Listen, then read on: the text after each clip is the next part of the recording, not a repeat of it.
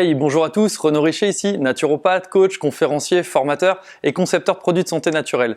Aujourd'hui, je reviens vers vous avec un sujet qui est, je pense, rarement traité par des hommes et pourtant tellement central avec tellement de femmes qui en souffrent, le sujet des sécheresses intimes et surtout de savoir qu'est-ce qu'on peut faire par rapport aux sécheresses intimes pour en venir à bout, comment on peut comprendre un petit peu ce qui se passe, les causes, les remèdes et les traitements naturels qui peuvent être utiles. Je vais vous partager ça tout de suite. Avant toute chose, si ce n'est pas encore le cas, pensez à vous abonner à la chaîne. Et puis si ça vous intéresse d'aller un petit peu plus loin à l'issue de cette vidéo, je vous propose de télécharger en fait un petit document récapitulatif que je mets à votre disposition qui s'appelle mon protocole 100% naturel pour venir à bout des sécheresses intimes. Et dedans, je vous partage uniquement des choses que j'ai testées, approuvées avec des centaines, des milliers de retours depuis des années, que je conseille souvent en conférence, sur des salons bio, par téléphone, dans des consultations, au travers des élèves de notre école et des femmes que je rencontre qui souffrent de ce problème, puisque c'est une multitude de femmes qui en souffrent. Donc vraiment, n'hésitez pas, faites-vous plaisir, téléchargez et passez à l'action, puisque souvent on a l'impression que c'est un petit peu comme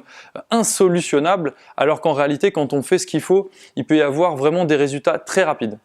Donc la première chose que j'aimerais partager avec vous, c'est le rôle finalement de la constipation sur ce genre de problématique génitale, puisque on sait aujourd'hui que l'influence finalement de la sphère digestive qui se trouve très proche en fait de la sphère génitale chez la femme va jouer un rôle direct. Par exemple, on sait aujourd'hui que la composition du microbiote de la flore intestinale en fait, donc des compositions bactériennes de tous les micro-organismes qu'on trouve dans l'intestin et dans le côlon, vont influencer aussi en partie la flore vaginale, vont influencer aussi potentiellement le passage selon l'état de la paroi intestinale et du côlon de toxines, de poisons, de résidus mal digérés, d'hormones difficiles par exemple à évacuer par exemple par le corps, va pouvoir passer par des muqueuses et se retrouver justement au niveau de l'appareil génital et causer différents problèmes. Donc la constipation par rapport à ça est un réel souci. On sait aujourd'hui que les femmes en souffrent beaucoup plus que les hommes. Bien sûr, souvent on s'aperçoit qu'il y a un blocage de l'ordre de l'image que ça renvoie d'aller déféquer en fait, avec les petites filles à qui on a dit oh là là ça sent pas bon, oh là là c'est pas propre, alors même que c'est tout à fait naturel et que surtout lorsqu'on associe cette idée dans leur esprit et que plus tard on leur met par le biais des magazines, de la télévision, de la télé-réalité, de toute l'image de la société, de la femme qui doit être belle, sentir bon, être toujours bien coiffée et certainement pas être assise sur le trône en train de déféquer, clairement ça peut faire des associations mentales qui entraînent finalement une inhibition de ce processus naturel d'évacuation et donc une rétention des selles avec réabsorption d'énormément d'éléments toxiniques, énormément d'hormones qui auraient dû être en excès évacuées et donc on peut avoir une perturbation hormonale donc de l'appareil génital, une perturbation de la flore, une perturbation de l'équilibre de la composition qu'il y a au niveau des muqueuses et des sécrétions. Donc d'abord, première chose, lutter vraiment contre la constipation. La deuxième chose, c'est l'apport en acides gras essentiels et en oligoéléments. On sait aujourd'hui que, par exemple, l'hydratation de la peau et des muqueuses passe par les oligoéléments. On parle de cette fameuse rétention d'eau. Quand vous prenez plus de sel, vous savez que vous retenez l'eau. C'est une partie du rôle des oligoéléments, des minéraux, que de vous aider à retenir finalement l'eau et l'hydratation des muqueuses et de votre peau. Donc pensez à consommer des légumes, pensez à prendre des oligoéléments si vous êtes plutôt quelqu'un qui mange plutôt des féculents, des protéines, mais qui ne mange pas trop de végétaux, puisqu'on trouvera des minéraux et des oligoéléments énormément dans les végétaux, dans les oléagineux, etc. Donc vraiment pensez à vous supplémenter si c'est nécessaire. Pour ça, j'aime beaucoup utiliser l'eau de mer isotonique, puisque c'est à la composition très similaire en fait au liquide du corps et au plasma sanguin. Donc il n'y a pas de risque de prendre trop ou pas assez de l'un ou de l'autre. On a une recharge minérale et d'oligoéléments parfaitement adaptée et dans les bonnes proportions. Donc ça, c'est magique. Pour autant, le but étant de passer par l'alimentation, je vous invite vraiment à manger des légumes cuits à chaque repas, en tout cas midi et soir, peut-être même le matin faire un jus de légumes si vraiment vous avez ce besoin-là. Au niveau des oméga 3, c'est pareil, il y a d'autres acides gras qui peuvent être essentiels, mais alors vraiment l'oméga 3, il est très difficile d'avoir une peau douce, hydratée, qui semble vraiment comme veloutée, et idem sur vos muqueuses intimes, que ce soit au niveau vulvaire ou au niveau vaginal, clairement vous risquez pas d'avoir une muqueuse bien hydratée si vous prenez pas suffisamment d'oméga 3. Donc au niveau de l'alimentation, vous le savez, on trouve les noix, on trouve différents ingrédients, on trouve également les huiles végétales pour certaines, et enfin le poisson et certains potentiels crustacés. Point numéro 3, la congestion du petit bassin. On trouve beaucoup de femmes qui ont le petit bassin, c'est-à-dire la hanche en fait qui fait qu'on a une très mauvaise mobilité, on a du mal à faire du hula hoop en fait, hein, on est comme rigide, comme cimenté au niveau de la hanche, à part les jambes qui bougent et qu'on peut un peu pivoter comme ça, on a énormément de mal en fait à pivoter sur les côtés au niveau latéral, avoir vraiment un effet d'un petit peu de torsion de la hanche. Et donc en fait cette espèce de congestion, ça va freiner aussi la circulation sanguine, donc l'élimination des toxines qui peuvent survenir dans le cadre du fonctionnement finalement de chaque organe, hein, comme les muqueuses, comme les glandes, etc. Donc l'utérus, le vagin, les ovaires, etc., etc. Donc là, ça va vraiment freiner aussi ça. Et puis on sait aussi que la congestion du bassin est vraiment un terrain favorable à l'infection urinaire et génitale. Donc vraiment, si vous pouvez maintenir une bonne mobilité à ce niveau-là, c'est idéal. S'il le faut, passez voir un chiropracteur, un kinésithérapeute, potentiellement un ostéopathe. Vraiment, voyez quelqu'un ou quelqu'un formé à l'équilibre posturel qui saura vous déverrouiller en fait la hanche lorsque des tensions musculaires viennent finalement la fixer. Ça serait très important puisque c'est un moyen vraiment de libérer finalement l'afflux sanguin, libérer la circulation lymphatique également qui s'opère au niveau de cette zone. Point numéro 4, comme tout organe, la sphère intime doit être stimulée et sollicitée pour se régénérer et fonctionner. Il n'y a pas d'organe en fait qui se régénère et qui se maintient en forme s'il n'est pas du tout sollicité. Prenez les biceps, si vous ne faites jamais de sport, vous ne portez jamais rien, vos biceps vont s'atrophier. Si vous avez l'habitude de courir ou de pousser des charges lourdes avec vos jambes, vos cuisses seront musclées. Si vous êtes alité par exemple pour une fracture de la jambe ou du péroné, du tibia, de la cheville, peu importe, pendant 1 mois ou 2, vous allez avoir une fonte musculaire massive. Pourquoi? Puisque votre organe ne se régénérera pas, ne se maintiendra pas, dès lors qu'il n'y a pas un intérêt réel vis-à-vis de l'utilisation qu'on en a au quotidien. Au niveau des femmes, bien évidemment, lorsqu'il n'y a plus d'activité intime, que ce soit avec un partenaire ou seul, c'est très délicat pour l'organe en fait finalement de se maintenir dans un état d'hydratation propice finalement à une mécanique de pénétration ou une mécanique de lubrification.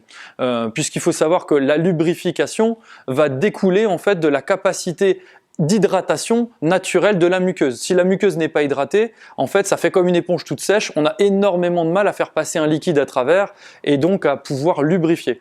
Donc, il est fondamental en fait d'avoir une bonne hydratation de la zone pour avoir une lubrification. C'est pas la lubrification absente qui en fait entraîne la déshydratation. Il y a vraiment les deux qui sont simultanés. On trouve également la possibilité d'utiliser des compléments alimentaires. Parmi les compléments alimentaires que j'affectionne particulièrement, il y a le beurre d'argousier. J'utilise celui de la marque Prana, je vous mettrai le lien sous la vidéo. Pour moi, il est extrêmement important d'utiliser ce genre de complément puisque c'est d'ordre alimentaire. On n'est pas du tout en train d'utiliser quelque chose de chimique ou qui va à l'encontre du fonctionnement naturel du corps. On aura au travers de ce beurre d'argousier, c'est-à-dire l'extraction de la partie vraiment épaisse de l'huile qu'on prend de la baie d'argousier et des pépins d'argousier et de la peau d'argousier, on va en fait trouver notamment le fameux oméga 7 qui est un acide gras essentiel en fait, enfin qui n'est pas forcément essentiel mais en tout cas c'est un acide gras très puissant sur l'hydratation des muqueuses. C'est quelque chose qu'on trouve de très intéressant quand il y a des syndromes de bouche sèche par exemple, pour les gens qui ont vraiment des maladies type Gougerot-Schröden, etc. On trouve aussi ça de très bénéfique dans l'hydratation des muqueuses nasales, l'hydratation de l'œil lorsqu'il y a par exemple un sentiment que ça frotte, on peut voir des améliorations en quelques jours de prise. Et puis bien sûr sur la sphère génitale, souvent les femmes sont très surprises de l'état d'hydratation que ça peut provoquer assez rapidement et surtout de la réapparition d'une bonne lubrification après quelques jours ou semaines d'utilisation. Si vraiment avec tout ça vous sentez que c'est toujours au niveau intime très sec, voire une forme de démangeaison, de tiraillement, parfois même il peut y avoir des formes de lésions, des petites crevasses qui s'opèrent sur une muqueuse qui sèche, ça peut être des craquelures, etc. C'est vraiment a priori extrêmement douloureux et désagréable pour les femmes, et sachant que ça touche énormément de femmes, il faut vraiment faire quelque chose. Je vous invite à utiliser la crème Relax Isotonique, une crème qui est sans allergène, sans parfum, sans conservateur, qu'on pourrait quasiment avaler tant ce qu'elle contient finalement n'est que d'ordre alimentaire et toléré en bio. Malgré tout, c'est un cosmétique, je vous dis pas de l'avaler, je vous dis juste appliquer au niveau de la sphère intime, sur l'ensemble de la vulve. Vous verrez, vous aurez une hydratation locale qui va vraiment aller en profondeur et assez rapidement comment vous pouvez trouver du mieux-être. On peut l'appliquer à plusieurs reprises dans la journée, idéalement sur peau ou muqueuse propre. On l'appliquera de préférence sur la muqueuse externe. Maintenant, si une partie de crème pouvait rentrer dans votre vagin, il n'y a pas de risque. Vous n'allez pas vous contaminer en quoi que ce soit. Les principes actifs sont essentiellement composés d'eau de mer isotonique, c'est-à-dire l'équivalent des larmes en fait. Tout ça émulsionné de façon à ce que ça puisse créer en fait un échange local lorsque l'on va appliquer. Et enfin, point numéro 7, utilisation potentielle de l'argent colloïdal. Donc moi j'utilise l'argent biocolloïdal en 10 ppm en spray. Je pense que c'est à mon sens vraiment une des meilleures qualités du marché. En tout cas j'ai une confiance aveugle en eux. Je vous mettrai le lien sous la vidéo si vous voulez en profiter à un tarif très intéressant. C'est la possibilité de pulvériser la zone en fait. Vous pouvez le faire en sortant de la douche, vous pouvez le faire dans des moments où vraiment vous êtes démangé, vous sentez la sécheresse, vous tiraillez, vous appliquez en pulvérisant. Vous verrez, ça aura un effet hydratant mais surtout ça va avoir un effet aussi assainissant, puisque parfois avec les sécheresses on peut avoir des micro-lésions et ces lésions pourraient très bien s'infecter, pourraient très bien donner lieu à des petites croûtes pas forcément toujours très idéales au niveau du ressenti. Et donc vraiment plus vous allez assainir cette zone sans pour autant perturber la flore vaginale naturellement présente, plus vous bénéficierez en fait d'une capacité de votre corps à bien se réparer. Donc en général le petit protocole que je conseille c'est après la douche, bien sécher la zone, pulvériser l'argent colloïdal 10 ppm, laisser sécher. Alors je sais que c'est pas évident parce qu'il faut accepter de rester tout nu un petit moment, mais enfin vous mettez un peignoir, vous attendez 2 à 5 minutes et enfin vous appliquez la crème relax isotonique avant d'utiliser, de vous rhabiller et d'utiliser vos sous-vêtements. Petit point bonus, vraiment faites attention à la composition des sous-vêtements. Souvent on peut avoir aussi pas mal de soucis avec des sous-vêtements synthétiques, en plastique, polyester, enfin bref avec des choses qui sont pas forcément naturelles. À savoir que c'est des zones qui ont besoin de respirer, il y a quand même un milieu qui est à la base qui est humide et chaud, donc il faut que ça respire si on veut pas de développement bactérien ou de potentielle infection.